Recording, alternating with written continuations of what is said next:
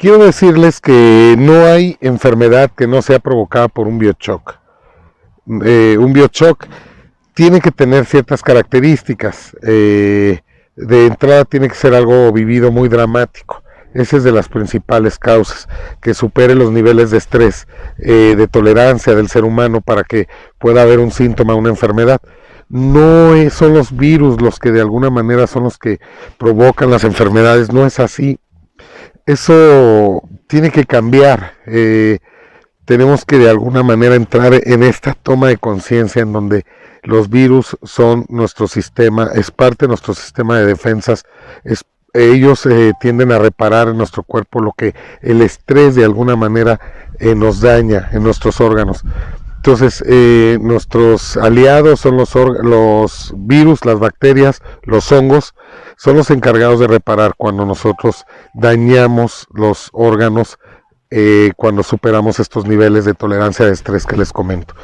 Entonces es importante no entrar en pánico, porque muchas veces el mismo pánico que nos genera la información de los medios masivos son los que causan que entremos en estrés y posteriormente aparezcan estos virus que están reparando y que de alguna manera cuando vamos al doctor pues van a aparecer activos porque están haciendo su labor. Es un tema largo para explicar, pero lo importante es que sepamos que no debemos de entrar en pánico en ningún momento.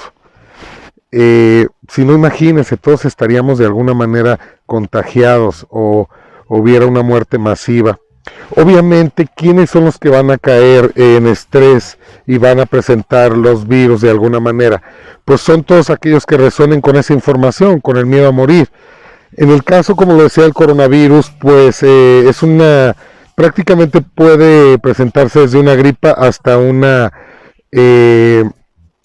neumonía mortal, como llaman, ¿no? Que al final ese término mortal ya empieza a generar pánico, ¿no? Aquí en cualquier parte del mundo, o sea, el traer tapabocas, guantes, no tocarnos, no hablar, pues habla ya de que existe un pánico, ¿no? En la sociedad. Y al final ese estrés de no ser contagiado te va a llevar a la gripa, porque la gripa siempre va a aparecer cuando hay sospechas de que algo va a suceder. Y después la neumonía, si es que viviste trágicamente una sensación de miedo a morir. Entonces es bien importante que comprendamos eso, o sea, no hay enfermedad si no hay un shock, un estrés alto o un estrés con niveles altos. El ser humano, como siempre lo he dicho, no está preparado para... Es como hablar de los maratones. Yo siempre he dicho que el ser humano no está preparado para correr maratones. El cuerpo humano no está preparado para eso, ni para cargar pesas. Aunque hay mucha gente que lo haga, no quiere decir que el cuerpo está diseñado para eso. Y igualmente, el ser humano no está preparado para vivir niveles altos de estrés. Y el cerebro es el encargado de mantener...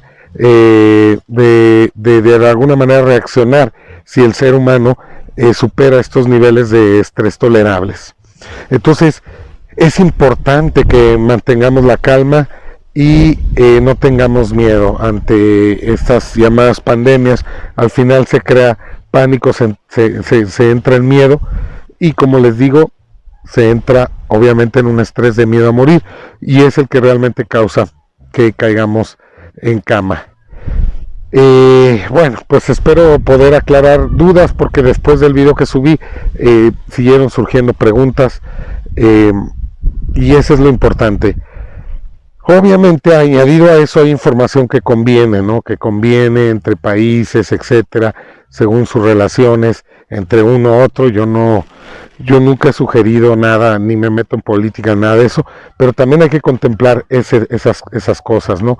Que de alguna manera tendríamos que preguntarnos para qué sirve que se difunda esta información de manera masiva y con estos términos de asustar a la población o de caer en pánico. Hay que preguntarnos para qué sirve eso, y quizá contestando esa pregunta pudiéramos comprender para qué está sucediendo todo esto, ¿no? Finalmente así es. Y bueno, pues les mando un abrazo, y al ratito hago otra cápsula y se las comparto también desde aquí, desde la Sierra del Tigre, Jalisco, que me encantaría honestamente que algún día la visitaran. Les mando un beso, un abrazo, cuídense muchísimo.